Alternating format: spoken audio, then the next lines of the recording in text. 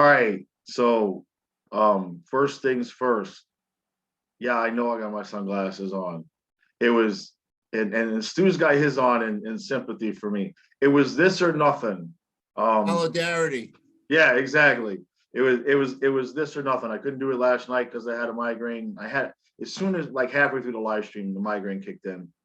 Did the whole game and did the recap. Couldn't do this, and I woke up this morning. It's not bad, but if you had migraines, I know like it's going to take one wrong glare in my eyeball from the sun, and I'll be gone all day. So we're doing it this way. All right.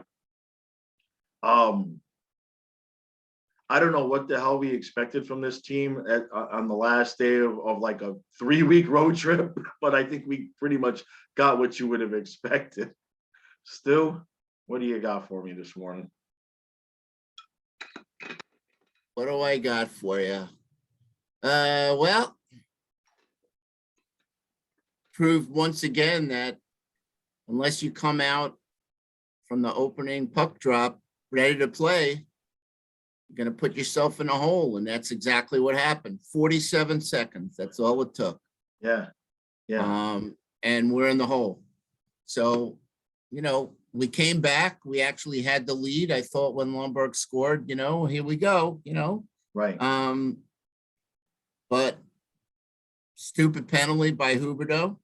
Obviously, that was a frustration penalty.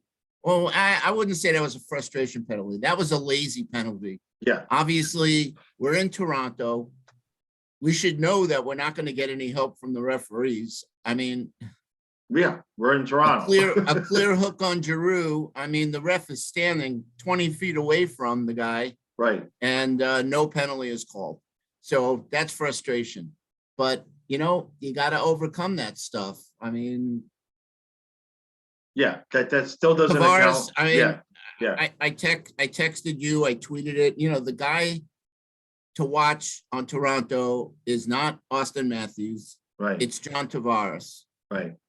He's the Panther killer for that team. There's always one Panther killer, Ovechkin, Stamkos, Sidney Crosby. Right. Right. Those are guys that just always stick it to us. And, unfortunately, he was not covered like he should have been. And again, I'm not going to point fingers at who missed him, but we know who missed him. Right. But the other thing was taking penalties against the number one power play in the league. I mean, you're playing Russian roulette there. So, right. We kind of, we shot ourselves in the foot. Yeah. We deserved to lose that game. Yep. Could we have won the game? Yeah. Just it kind of ticks me off because I really wanted the boys to stick it to them in Toronto. Yeah. Would have been, a nice homecoming to have a 3-game sweep, but okay, we lost. Right. What are you going to do? Right. Well, a couple of things. Mrazek was just, I mean, you look at his stats going into the game and then you see it, but that's always the Panthers. We always find a way to make these guys look like Patrick Waugh. It just happens. And it's been that way here for forever. And the other thing, I mean, I noticed the back end, a back-to-back, they played the other night too, but just the difference in the level of desperation because they had just lost to Montreal. We had gotten 2 points the night before. We've got, let's face it. I mean, it could still be screwed up, but by hockey standards, we have a big lead in the division. There's just no way around that. And so, they're desperate and scratching and clawing to get playoff position. And we kind of looked like a team that had a 7-point lead. It was like, I'm not so worried, and then we lost. I mean, it's just, I didn't see anything last night that makes me concerned because that was nowhere near our best effort. That was not, I mean, Toronto fans might feel the same way about their team. I don't know. Obviously, Mrazek's in goal and everything. We just didn't have that extra gear. After Lundberg scored, instead of doing what we've been doing and turning up the juice and getting goal number 3 and 4 and 5, we just kind of just laid Toasted. flat. Yeah, Yep. we just coasted. Exactly.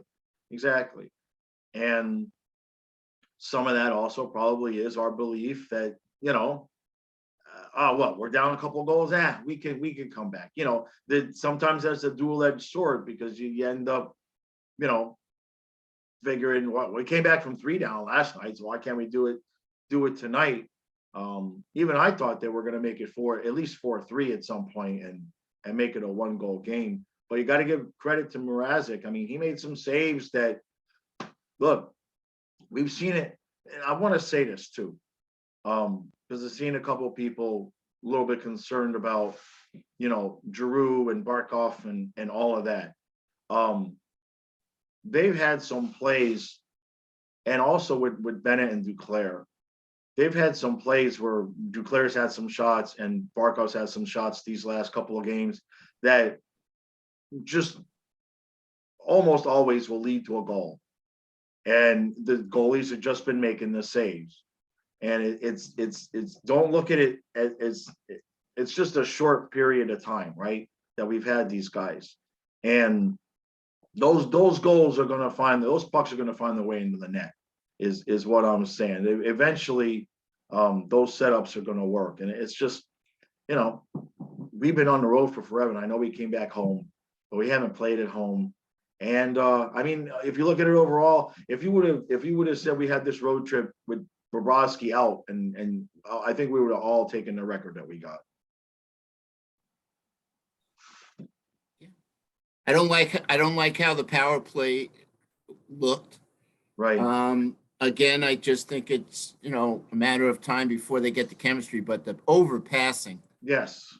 I mean, yeah, we've said it a million times. You just got to keep shooting, yeah. Especially with, men in front, with screens in front. You just never know. Goes off a defender, goes off somebody's equipment. You're not going to score unless you shoot. You're looking for that perfect pass. Right. And it just, drives me up the wall. But yeah, I mean, it's hey, the way I'm looking at that game, just put it in the loss column. Exactly. Come home. We got Montreal tomorrow, and we got Chicago on Thursday. Right. So, I really like to see a really strong effort tomorrow, being it's Giroux's first game at home. Yeah. I like to just see us totally annihilate Montreal, and then we got Chicago on Thursday. I'm supposed to go to that game, so I always hope for a good game when I'm attending. Right. And then I think then we got the 2 over on the weekend. I want to get your opinion on one thing. What was wrong with Lucas Carlson? Because I liked him. He was looking good. Then they put in Lindbaum, and he had the big hits, but defensively, I still preferred Carlson. And now we got Haig. And what the hell was wrong with Lucas Carlson? I don't listen. I don't know what's going on in Bruno's head. But obviously, yeah, I don't know. I don't have the answer to that. Right. Well, let's put it this way. I want to see Carlson play on Tuesday. Yeah. If that answers your question. Yeah. I just I want to know what happened with the short Forsling and Uyghur pairing, and then he goes back to Uyghur and Sherratt. Is that what I didn't see that part? Yeah, there was I'm gonna say it was at least one shift. I don't know about 2, but somebody posted on Twitter that Forsling and Uyghur were together again, and I like that combo. I liked that combo last year. Obviously, that pairing worked. Right. I wonder if it was you were trying to get a goal or something. Be a little bit more offensive. I don't know. I'm just shaking my head this morning. I'm just shaking my head this morning, like, okay. Right. There's really nothing else to say. Yeah, it was no. It was a bad loss. Right. Well, the other part to it, I mean, Lomberg got the goal. But Achari and Mammon were absolutely invisible. Our fourth line was not going last night at all. We need Lundell back. We Absolutely. need Lundell back so Luostarinen can center that fourth line, and we need Hornquist. The difference in play on that fourth line, I know everybody thinks Lomberg drives it. It's Hornquist, and I love Lomberg. Don't get me wrong, but every game that Hornquist is out, that fourth line does not have nearly the energy that it does when he's in. And Mammon was just absolutely invisible. With Hornquist, you notice when he's on the ice, he's going a million miles an hour. He's getting in people's faces. He's making things. He's Yep. playing his role. But Mammon, it doesn't matter. You put him on the fourth line or the first line. He just looks really good on skates and then doesn't do anything. It's basically, that would be my scouting report. It's like, he looks really good, man. Looks like a big, strong dude on skates. Just don't watch the intricacies of the game because there are none. We need Lundell back for a number of reasons. Yeah. But I don't know, Eric. What else is there to say? I Yeah. mean, we've done a lot of recaps in the last week. So, Yeah. we can talk about the same stuff we've been talking about. I don't like the fact that men are being left alone. In front of them. Yeah. Easy goals are being scored. We're letting our, goalies, left out to dry. We didn't have a lot of, we score a lot of goals on the rush. So right. They posted a graphic last night. We didn't have any, odd man rushes, or we didn't have any of that. The game wasn't fair. I think, when we play our game, we're a fast team. We come in waves and we wear down the opposing players. That didn't happen. That didn't happen last night. It was almost like we weren't skating at full speed. Well, when I was watching the first period, because before the game I thought it was gonna be a high scoring game because both teams had played last night and everybody would come out flying. And I think really the Panthers looked like they came out surprised how Toronto came out, because Toronto didn't come out trying to, burn down the place and fly and high and everything. They came out with the idea of clog up the neutral zone and get goals off of our mistakes. And damn it if it didn't work. And we have shown that we can play that game. We have shown that we can play that game if we work hard and are tenacious. I don't think we were ready for that style of game. I think the Panthers went into it thinking it was going to be run and gun, and then when it wasn't, and the other thing there is, I'm not going to get too high on this horse, but I was watching some stuff last night where I was like, yeah, we're getting out coached. We're getting out coached because there was no adjustments. Where Toronto came in with a good game plan, and we didn't shift up and change what we were doing at all. There was no adjustments. So the one adjustment that Bruno made was he put Giroux with, he moved Huberdeau up and took Verhaeghe off, which right. I knew eventually was going to happen. But when you do that, then you start messing with the flow of the other lines. Right. So I'm not going to say that was a desperation move, but I think when Bruno does that, he's sending a signal. Right. Yeah. That the way the lines, the way they're rolling ain't working. No, and the cross-ice passes too, and everybody's guilty of that. But last night it was just really bad. I mean, I'm not talking about you're on the left side and you're trying to get it to the bumper in the middle. I'm talking about cross-ice entering the zone. You've got an open shot, or you've got a man on you. You still could take a shot from an angle, and instead just passing all the way to the other side of the ice and crossing your fingers that it's going to get through, and it ain't getting through. And now Toronto's going back the other way, and you two forwards were just banging full speed towards the net. Now they got to stop, turn around, and try to haul ass back. And we lost. We had the one goal. I forget which one it was, but if your defensemen are pinching at that time, if everybody's moving forward and you throw that cross-ice pass and it gets intercepted in the middle, Toronto's already moving this way, and everybody in the Panthers moving that way. And I think that was part of what happened on the Barkov. Was it the Barkov one where he just got, was that last night or the night before? It was the night before, where Barkov was the last man back, oddly, as we talked about when we talked about the 5-man power play with Randy, and he made the comment that Barkov's as good as any defenseman in the league.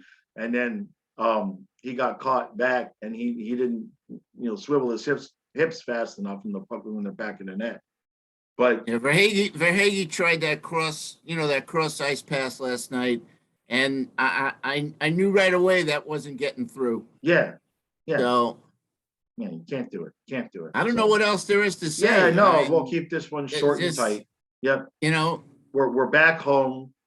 It was a successful road trip if you look at it overall. I know we hate losing to Toronto, but let's face it.